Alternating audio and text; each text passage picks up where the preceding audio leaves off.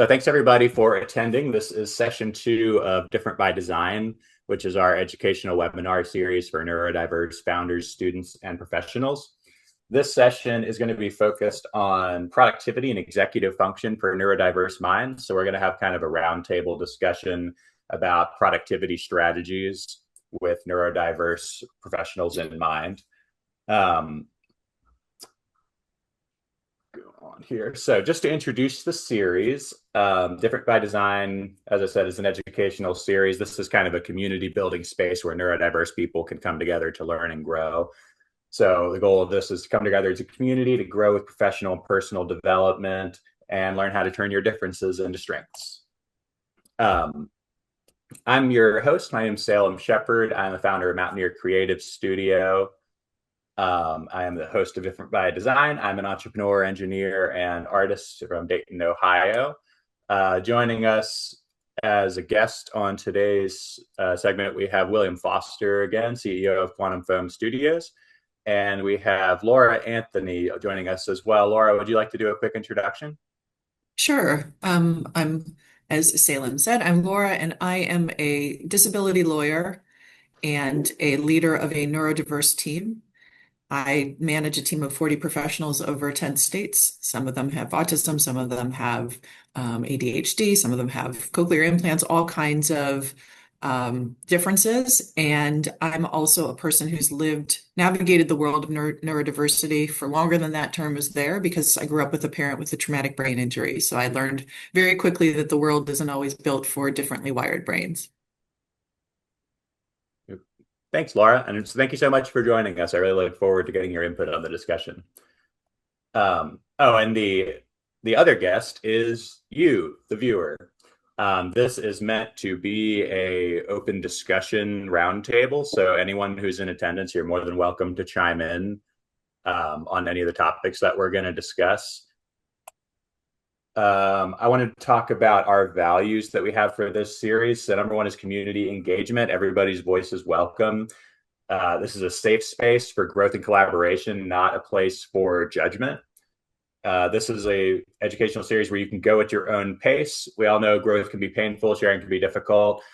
Whatever you can take away from this at this point in your journey. And finally, learning from each other. We're all in this together. I find that neurodiverse people really benefit from connecting with each other because it's really easy to go through life as a neurodiverse person feeling like you don't fit in or like something's wrong with you. But when you connect with other like-minded people, it's like, oh, there are other people who feel this way. Awesome. And I think as we come together, we can help each other to learn that our differences actually can make us stronger. So in today's session, we're going to discuss productivity and executive function for neurodiverse minds. So we're talking about productivity strategies in particular. This is not a lecture, it's a discussion. So our first topic here, or our first question is, when you hear the word productivity, what's your gut reaction to that? What does that mean to you? And has that changed over time? Laura, would you like to start us off? Sure. Well, as I mentioned, I'm a lawyer, and so productivity within my field does relate a lot to, are you performing a particular task within the time frame that is allotted? And because we budget for a certain amount of revenue that's generated off of somebody's time, we call it, you probably heard about the billable hour. So productivity in my world means, are you meeting your revenue goals for the time that you're invested? Now, not every industry creates revenue on somebody's time. And so productivity could be something different, like it's project based or skills based or deliverable based. But at least in my industry, it is often based on the time that was invested in a particular in a particular task. Has it changed over time? I think my expectations for the deliverable has somewhat changed over time. I mentioned that I have individuals on my team who are autistic. My paralegal happens to be an individual with autism, and sometimes if I give her a stack of records And she can find that needle in the haystack in a way because of her deep focus and some of the other strengths. But she will say to me, well, you know that in order to do that, it's going to take me more time. So again, we're valued in the time amount of time. I value that time much more because, and she said to me one time, she said, I can't even fathom the forest until I've examined every single tree. And I want that. That is a skill that I absolutely want. And I don't want to artificially truncate the time that it takes because I know that the product is going to be better. So I think when I think about productivity over time, I'm not looking so much as numeric, although that is important in my industry. I'm also looking at it as a qualitative output. I totally relate to that. I have somebody who works for me who is very similar, just can do amazing work, just has to be in the right framework and given the right expectations. Um, there's a comment in the chat I really liked, where Bana says productivity equals high expectations from others. So there's a phrase, I don't remember where this came from, but the tyranny of expectations. And I think that's something that really cuts to the heart of it for the concept of productivity for neurodiverse people. I think in a lot of places, particularly in like sort of the bigger corporate environments where there's there's like an individualized culture of productivity within each company, within each corporation, there can often be this there's a lot of like um there's a lot of detritus accrued around these ideas of productivity where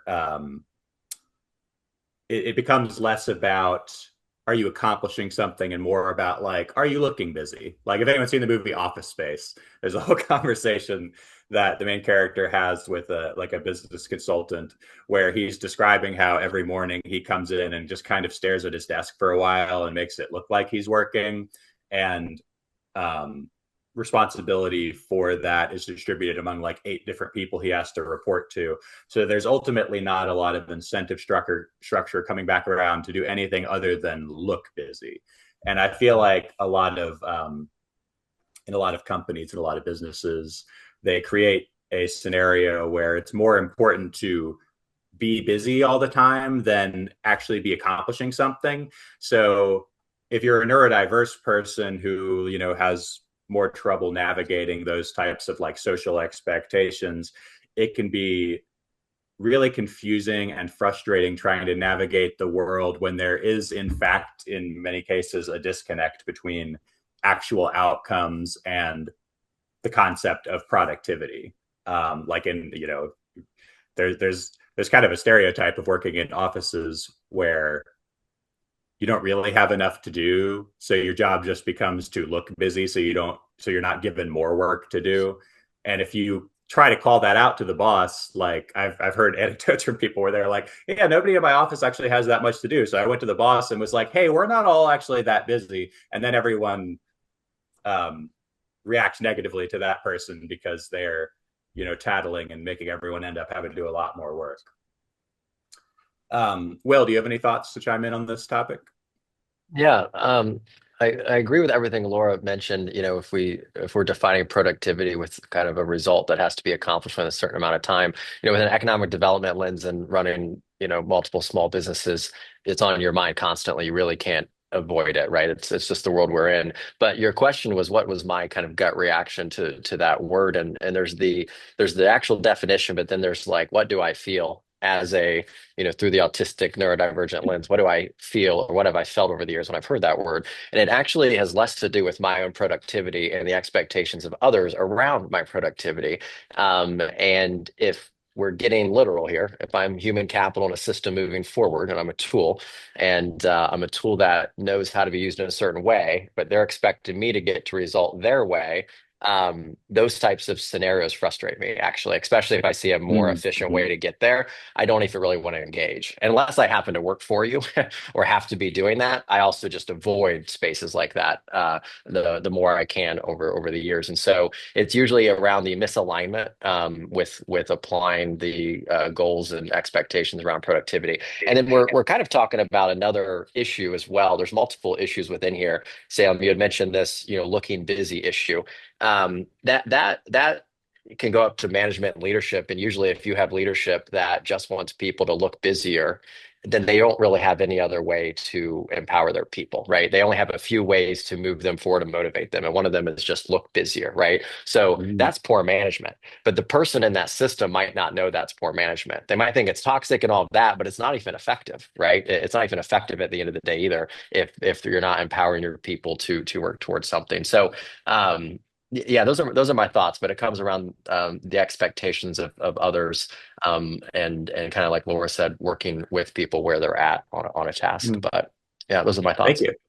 Mhm. I have a comment, and then we have somebody who has their hand up from the audience who I think wants to chime in. But Mhm. I just wanted to say that um, where you and I are more in the entrepreneurial space, in the small business space, um, there's really a whole different set of expectations, and it can be hard to jump that gap going from like the corporate world or as a student or whatever, where there is this kind of background radiation of like busy work essentially, transferring to a situation where the only thing that matters is your outcome. Like, like technically it doesn't matter how many hours I work in a day, it only matters what my outcome and accomplishment is. Like if I can get everything I need to get done in like 10 or 20 hours and I'm making enough money, that's fine. It doesn't matter if I'm busy 40 hours a week. I mean, I probably still will be anyway, but it doesn't technically matter how many hours. Whereas in the corporate world,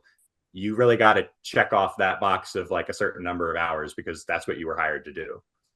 Um, and it could be really hard. I've seen a lot of people really struggle with going from like a regular job to working in like a more of a small business entrepreneurial space where where the outcomes are more important than just checking off that box, or where productivity is actually measured by like accomplishment rather than by the time clock. And people can really struggle with that, especially neurodiverse people. I've seen that firsthand, Yeah. aligning those I'll give expectations. a very quick other perspective here, is I find it difficult to assign hourly rates and work. You have to because that's Yeah. the world we live in. But my mind doesn't think like that. I'm like, I don't really care, So it's like I don't want to take this time to come up with an hourly wage to do this, to do that. It's like here's just what we need. Here's how we can do it. Here's the value of that, right? And so, and some people like engaging that way, but we're used to this traditional either hourly or hourly. Really seems to be what most people experience first with work as they come up. Um, I want to go to one of the audience members. I apologize if I mispronounce your name. Shubham, do you have a comment you'd like to chime in? Hello, yeah, it's Shubham. Um, so I would say for me, productivity, like before I got the burnout, is was like maximizing your output in minimum time and like minimum resources, uh and like do not like you do not consider yourself like you are just totally you've given yourself totally into the work and give your output, like maximize it. And for me it was like you do not take care of yourself, like you get sick, you Mm-hmm. get whatever you get you get a fucked up mental health, but still you do it. But after the burnout, I was like, damn, this is not right. Something's up. Like, so then later I realized the neurodivergent and like the self-care and stuff. But before it was pretty toxic, like maximizing output in with minimum resources. No, Um, oh, so sorry. yeah. No, I couldn't agree more. Burnout was actually something I wanted to talk about. It's kind of becoming a frequent conversation topic in this series. But no, something me and Will were talking about last time actually is that you have to like orient your mind to be like rest is productive. You have to rest. You cannot keep operating at like your highest RPM all the time forever, or you're just going to be burnt out and your like average productivity over time is going to go way down. Especially as an entrepreneur, as like a person in a leadership position, it can be really hard um, to make that point, to really internalize that concept and be like, okay, yeah, me resting and taking a break and then being able to come back and like help my team with more fresh energy instead of coming at it with exhaustion and frustration is for the best. That's the best outcome, and that means it's productive, even if I like, maybe I'm taking a nap but I don't feel productive. I'm going to go ahead and move on to the next topic here. So what does a good focus day actually look like for you, and what makes it possible? I'll go ahead and start this off. I feel like for me, I need to like to have a good focus day. I need to start off. I like to have like a little ritual, like, get up and do my skincare, have my coffee, and then I need to like start off with just sitting down and orienting myself to all the tasks I have lined up for that day, and like usually have like some nice relaxing music playing in the background. Kind of just like a sort of like introductory like orientation time for the day, where you can just kind of like sit and meditate on what you're going to be doing for that day before you like really get into that deep focus workspace. I can add to this one next. Yeah. For me, it depends on the type of day I'm having. I don't always have the same types of days. And so I guess to simplify it, there's days that I do work remote and it's just me, maybe very minimal internal meetings. And so that's the type of day I have. Then there's the opposite where it's fully stacked, external and internal, 8 hours of meetings, and then when are you doing your own work? And so there's days like that. And then there's like hybrids, right? And there's lots of context and lots of moving pieces. And if you're a CEO of a startup, I like to tell everybody every day is new because you haven't been here long. So with that, for me, it's looking at the day ahead, and their same principles remain throughout those days, even if they're 3 different days. It's, can I maintain some level of stability, emotionally, mentally, regulation, and just kind of maintain throughout the day. And it's physiologically, it's emotional, it's everything. And your environment really adds to that, right? Breath work and space between things. There's a variety of things that contribute to that. So I simply make sure that I have those prepared for the day, right? Whatever that may be. A clean space, ready to go. I clearly communicate, due to my role, my needs to my team. Like, ask this team if I want to be talked to after 2:30 today. I don't, because I said that, and so I communicate needs, and I communicate why I have those needs as well. So, but it's being very proactive. It has to be proactive, and it comes from a journey of learning what I need on days like this. Just to be clear, I didn't wake up and just operate like this. Go back 8 years ago, you're going to see a much different entrepreneur navigating day to day. And so this comes from learning the hard way. So you just have to understand your needs. You have to understand how to serve those needs. You have to understand how to serve those needs through different types of days, and then you navigate the days, and that's kind of the best that you can do. So, No, I couldn't agree more. mhm. It's kind of taken me a while to really kind of drill down more on like, what do I need to like maintain balance? Because like Mhm.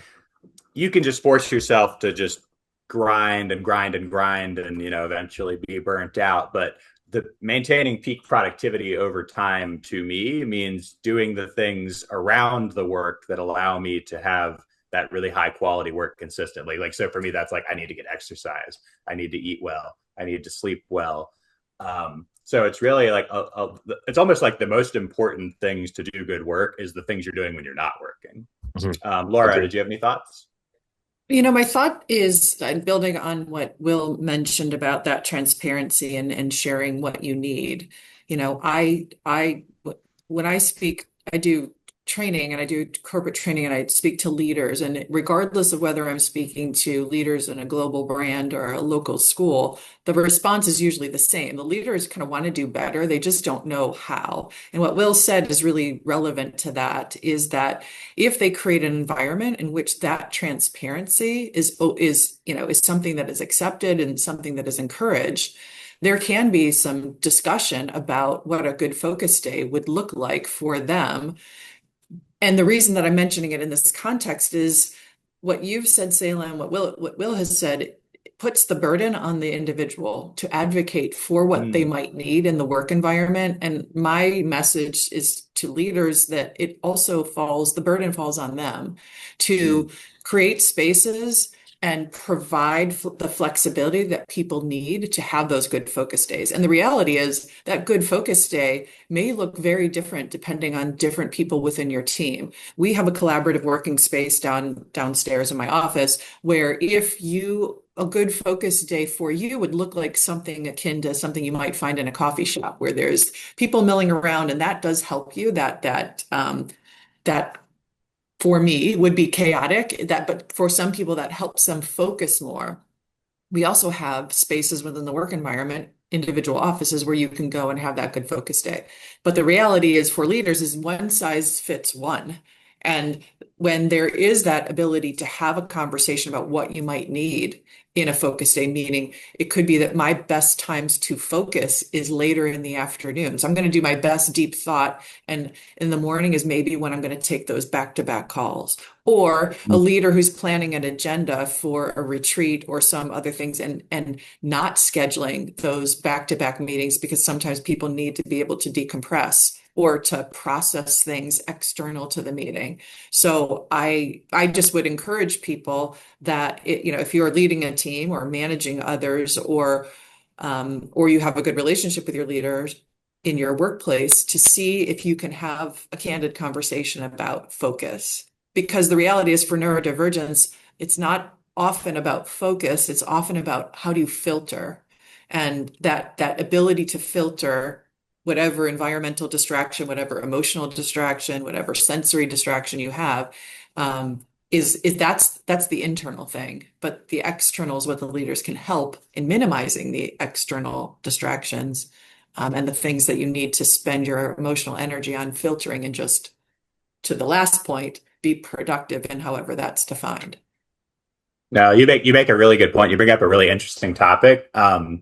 And actually, our the next webinar we'll be doing in May is going to be all about how to lead people with who are neurodiverse, even if you are maybe not neurodiverse yourself as a leader, which I think is a whole other very fascinating topic. I was kind of like with a lot of these discussions, I'm coming from the perspective of like, how do I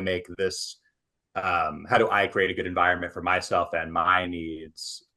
Because I have the flexibility to do that as a leader, but I also have neurodiverse people working for me. And the question of how to create a good environment for them and how to accommodate them is a very different skill set, actually. Because it's like I have to create space for them to feel comfortable to tell me what their needs are and what their accommodations are. Um, but also, like, sometimes you have to also not be too lax to where there's like a lack of structure. I think there's kind of a fine line to walk with that. Like, you need to provide structure and accountability, and like, don't lower your expectations too much for people, but still provide that kind of flexibility and accommodation that excuse me, neurodiverse people need, while also still challenging them, but not being unfair about it. It's in the chat. Dana says that must be emotionally taxing on you. Yeah, I mean, it's emotionally taxing to be a leader if you're a good leader. I think if you're a bad leader, it probably is less emotionally taxing because you don't care about other people's feelings. But I think that, as I said, makes you a bad leader. So I have a couple team members on, and I say this respectfully, and they know this because we talk about it. But yeah, I'm emotionally taxed daily. It's year one of a growing startup. It's complex, and it's hard to do this anyway, let alone when you stack on neurodivergency, you know even economy and all these other stuff going on too. But yeah, it is very emotionally taxing, and it should, if you're going. There's a couple different perspectives here. If you're on a call, maybe it's a student perspective, maybe you're a startup founder, maybe you're in leadership already. You could be in a variety of paths, but if you are on that leadership path, or you want to be on that leadership path, you have to approach that differently as neurodivergent too. I view it as two things. I approach running a business that way, but I approach general leadership where it's like I have things that I need. Generally, there's these expectations of leaders, and there's aspects of how I move through the world that might not fit with that traditional sense. And I just have to make sure that I bridge the gap. I stay authentic to what I need and my needs, but also can move and I'm effective in the world, and in what I need for my people too. So if I ever find myself in life having to bend too much for people, well, then it's not the role for me, right? But you will have to bend for Yeah. quite a while. So Yeah, like I said, I think it's a fine line. It's mhm, like how much am I bending over backwards too far? mhm, Or, it's like, is it a them thing or is it a me thing? It's kind of like, I don't know, it's almost like being in a relationship where it's like you want to accommodate your significant other's needs, but there is such a thing as having to stretch too far for that. mhm. Yep. Um, I think we could probably go ahead and move on to the next question. But thanks for, I love the points you made, Laura. That was really interesting and ties Mhm. into our next webinar. So that's great.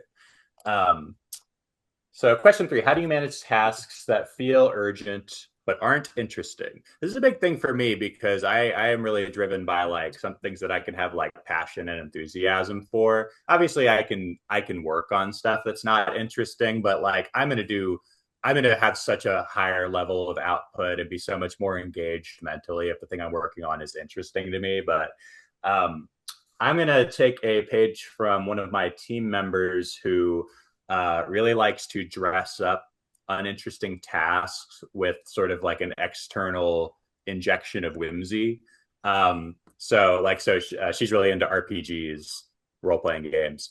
And so what she has to do, like a lot of really boring tasks, she'll sometimes frame it in like role playing game terms of like, oh, this is boring, but I'm like grinding XP so I can level up, not just doing a boring task. So I personally think that's really fun. And I love putting that kind of whimsy into things that are like otherwise maybe kind of boring and tedious, just kind of dressing it up mentally, like tell yourself a story about it that makes it more fun. Laura, do you have any thoughts? I think that I'm focused on the word interesting because I tend to when something seems insurmountable, even though it's not, that is when I struggle, and I am not the best task initiator. I am the idea person, but I often have difficulty with the execution. So my strategy has been to surround myself with individuals who are really task oriented and focused on Mm, that, which allows me to not have to have every single skill, and have those folks. But I am definitely, and I see this in Mayna's comment, my brain is fueled by urgency. So that does often, result in things happening when it feels urgent. And so I think that is, I feel seen by this question, to be honest with you. And I do know that it is a struggle for many, and it's not just about interest. I think there's novelty. I think there are, understanding what the task is and feeling competent. So I feel like there is the word interesting to me is interesting because I think it encompasses a lot. Like for me, it becomes interesting when it's urgent. That's my I feel fuel. that. For I will. others, it becomes interesting when it becomes gamified, or it becomes interesting when it's Mm, a novel task. Or for another thing that fuels me is when it becomes a creative task. If it's something that I can not have an analytical brain, my analytical brain goes towards, but it's more creative, that makes it interesting to me. So that's my response to that question. I think another strategy or another way that gap can be bridged for people is utilizing social accountability. So like this is where the concept of a project manager shines, for example, because like maybe I'd end up putting something on the back burner if it's uninteresting to me, but if I have somebody else giving me like a social pressure, like, hey, when are you going to have this done? That can be a huge help. To that Also, I point, will say, I think, sorry, you go ahead. uh, I interrupted you. To that point, that social pressure, one of the things that we've done on my team, I have 40 people that are on my team, but we're in 10 different Oh, wow. states. And one of the things that we have started to do, which was actually a suggestion from one of the attorneys on my team with ADHD, is we do virtual body doubling. It actually goes on every day. Oh, Somebody cool. opens a body double room where if you have these tasks it's just like you are in a room silent, you have the virtual presence of somebody else to, get the thing done. I also just wanted to make one more comment and then we can go to Will. I think that sometimes it is a structural or leadership issue if too many things are urgent too often. Like, obviously, there's always going to be things that are urgent, but I've definitely known people for whom, like, every day at their job, there's like fires to put out and every single task they're given is urgent and that can really burn you out. And I think that's like a structural leadership issue often, that's just like a lack of good organization causing things to be urgent when they didn't need to be. Will, do you have any thoughts? Yeah, in response to that real quick, I agree with that statement. And that's just where communication comes in well with people too. When you're assigning things, I want to see it by this day, right? At this time versus just open-ended. That can be helpful. But yeah, so I don't. How do I manage tasks that feel urgent but aren't interesting? I don't. I mean, that's kind of the first thought I have. I want nothing to do with them. It's like I go through these stages of realization. So first, my brain doesn't even want to touch it. And to Laura's point, though, as it gets urgent, it does mysteriously become interesting. Not just because I have to do it and it's now due. It's like my brain's on. It's almost like there's some sort of thrill of solving something large and complex up against the deadline. The problem when you're neurodivergent is you lean on that as a backup plan for everything in life, right?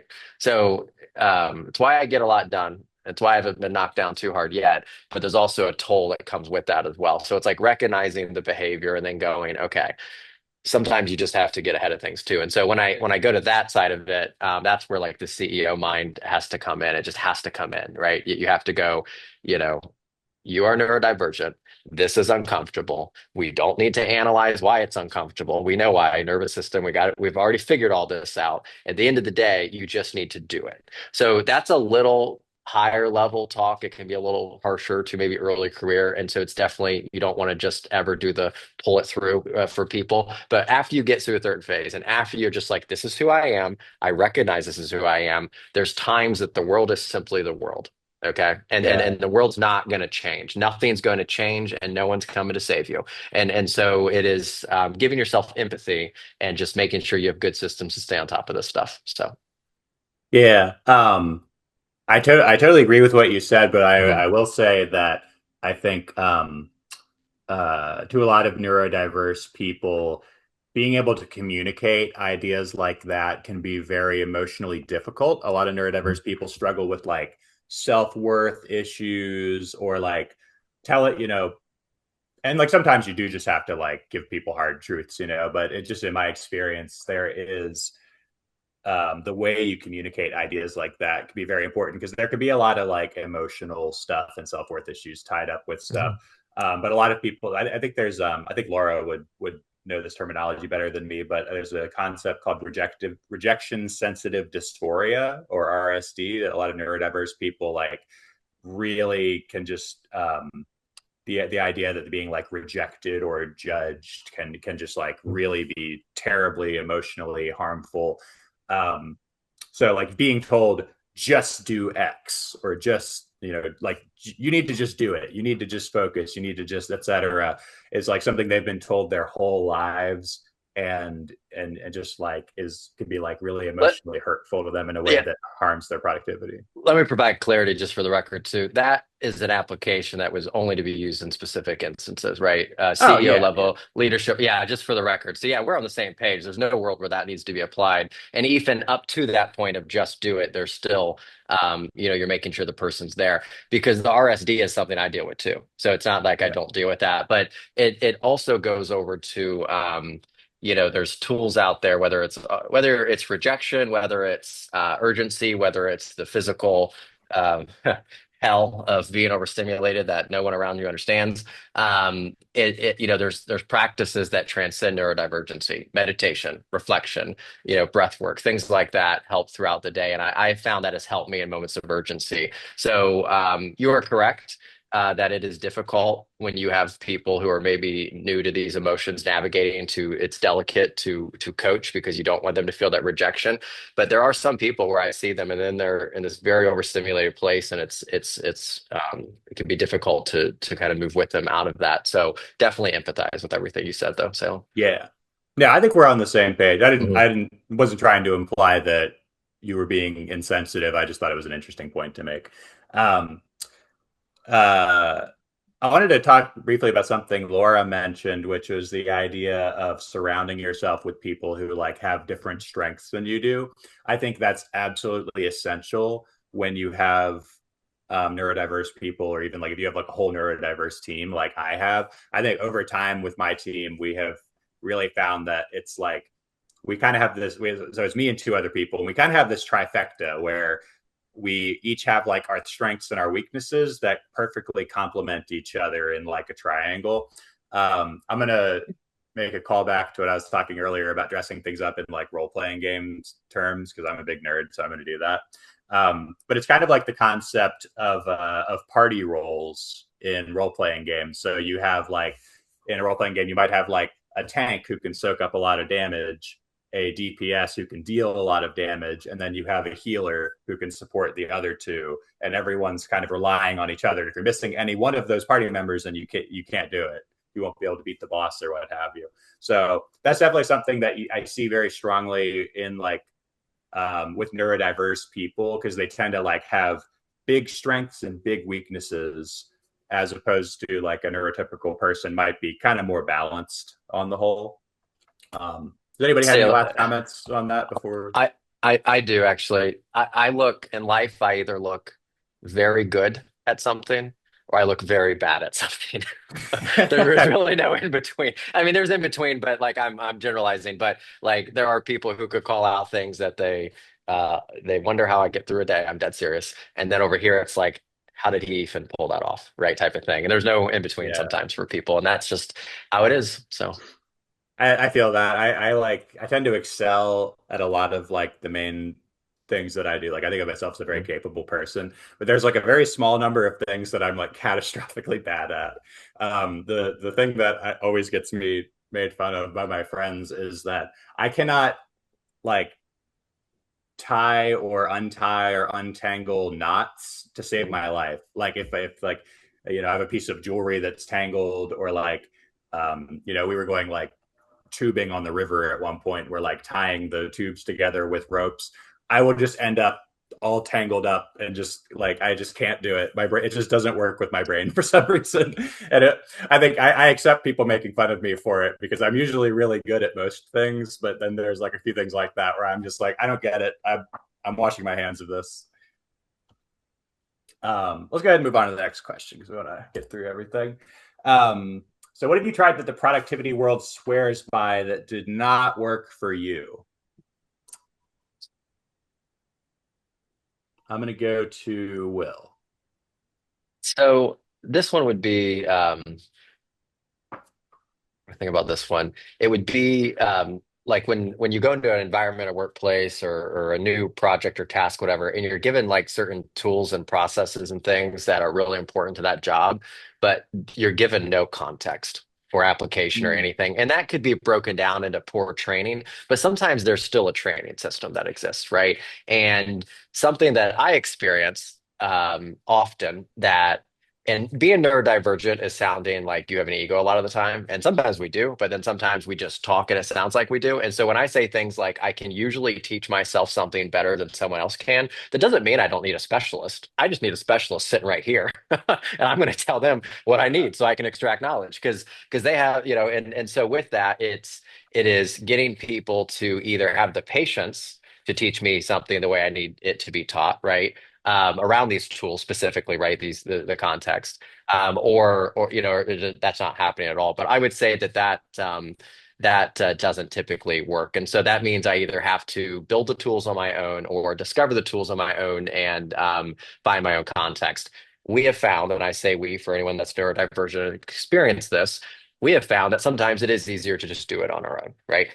Doesn't mean we should always have to do that way, but I have found navigating it is sometimes better to just figure out that on my own. So that would be my response to that one, Salem. Cool. I will say, I have sometimes found, so like there's the idea of gamification, which I'm Hmm. generally a huge fan of, but I think they could be really hit or miss. Like sometimes any like one given gamified, say, productivity framework or gamified training, or um, they're really individual whether they'll work for you or not. I've tried probably like 5 or 6 different like gamified productivity apps, and they're all cool, but I found one that clicked for me, and the other ones didn't work for me at all. Just I don't know. I couldn't even tell you exactly why. It's just like whether the jigsaw puzzle piece of any given one fits with the jigsaw puzzle piece of my brain. Like it'll either just work or it won't. It's kind of hard to break down why that is. I think that also points out that I've seen people try productivity tools and then give up and get frustrated. I think it's really important to keep going and find the ones that work for you. Because when you Mm. do find the ones that work for you, it's like magic. Like for me, a thing that just made an incredible difference that I always kind of dismissed was journaling. Like I was always like, whatever. What do I need to like sit and write in my diary? But it helps so much. It did so much for me, and it's such a simple thing. Laura, do you have any thoughts? Well, my thought is that I don't have any productivity tools that have worked. And I kind of, this relates to Will's comment about ego. One of the other three-letter acronyms within the neurodivergent space is, whether, depending on which term you prefer, which would be pathological demand avoidance or persistent drive for autonomy. So that PDA Mm. concept where you're told to do the thing, whether it's here's this productivity tool, and then whether it's I believe so much in my own capacity that I'm avoiding that or I'm resisting that. I feel that sometimes with the concept of do this and it will be X. And I think that that may be something that people share when, like what Will said, is like I feel like I can just do it on my own. Like this, I know the Yeah. way. And so there's this hesitation, I think, and I experience this a lot, this hesitation to be an adopter of something else. Those things that I don't ascribe to that would not work for me would be inbox zero. Like that is just a no, not going to happen in my world, in my brain. And then those who um, have the ability and the willingness to do early morning whatever tasks. I'm just not wired that way. And for those who are like, I'm going to get up before everybody else gets up and I'm going to have this quiet time, I'm going to have this deep focus. Um, that's just not the way my wiring is. And I'm more likely to be doing something evening, which is not always the best when you're also I trying to feel be a mom and trying to do other things that are required in certain hours of the day. I feel that. I'm not a morning person either. I uh I had a comment, but I want to go to I'm sorry, I didn't catch your name the first time. Was it Shubham? Um, yeah, it's Shubham. Yeah. I would say one thing that has never worked for me is to-do list. Like people say, you get up in the morning and list all the tasks you have to do it in the day. And damn, once after I list it, I just feel overwhelmed just looking on it. Like, oh my God, so many Mm. things I have to do in a day, and I end up doing nothing. So I just Yeah, do like I never like to-do lists have never worked for me. Like I have get done more work than any time I have made a list. So yeah.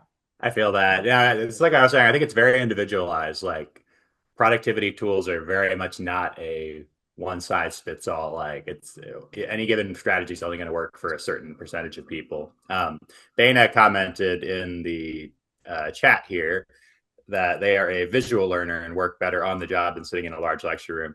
I agree with that. I am a very visual person. I am like I've always been kind of obsessed with creating. I guess you just call them boards, but like creating visual boards. Like there's a tool called like Miro, for example, but just where you have this virtual whiteboard and I could just cover it in sticky notes and draw lines between them.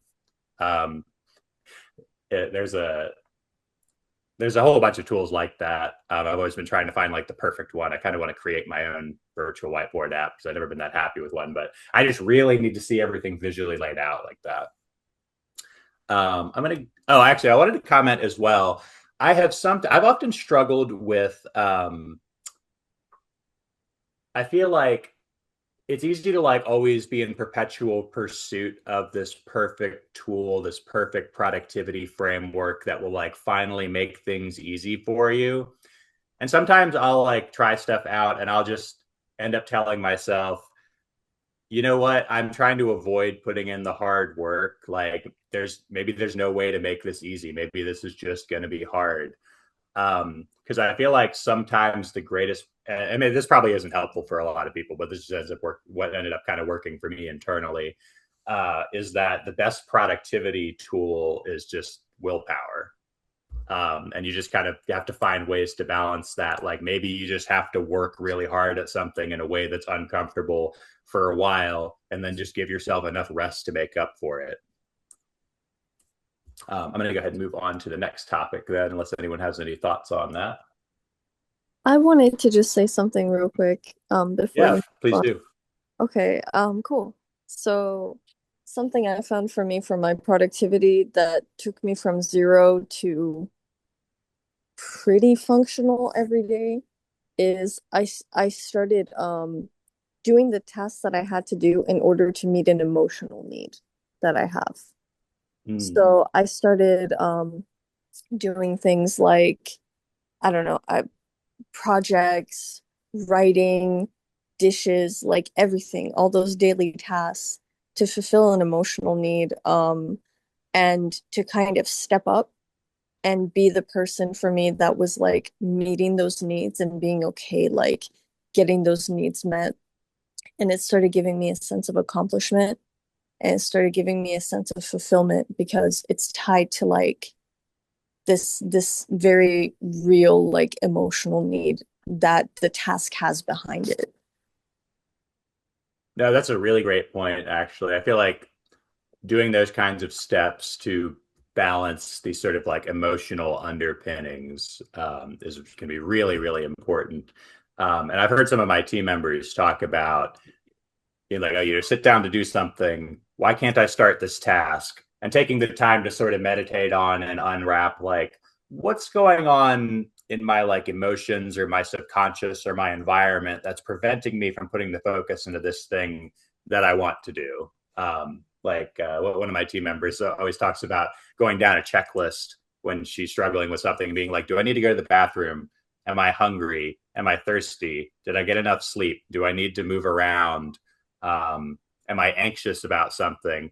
And even if you can't immediately resolve that, just being aware of what's influencing your emotional state can be very helpful. And ideally, you could resolve it. Shubham, do you want to chime in? Yeah, I also do that. Like, if I will I get to book a therapy session after I do this task. Like, that gives the drive that, oh, I will book the session after I finish this, or I will call a friend after I finish this task. So, like, you get your need met after you do something. So, like it can help. It has helped me. Great point. Thank you. So I think I had some more questions, but we actually are coming up on the end of our time here. I think we were actually supposed to close out at 11:45. So I guess I'll save these for another time. I think we had some really great conversations. I'm just going to pop onto the end here. So anyone, please follow along to the for information about our next webinars and some other events we'll be hosting. There's a QR code here where you can register for our mailing list for this series.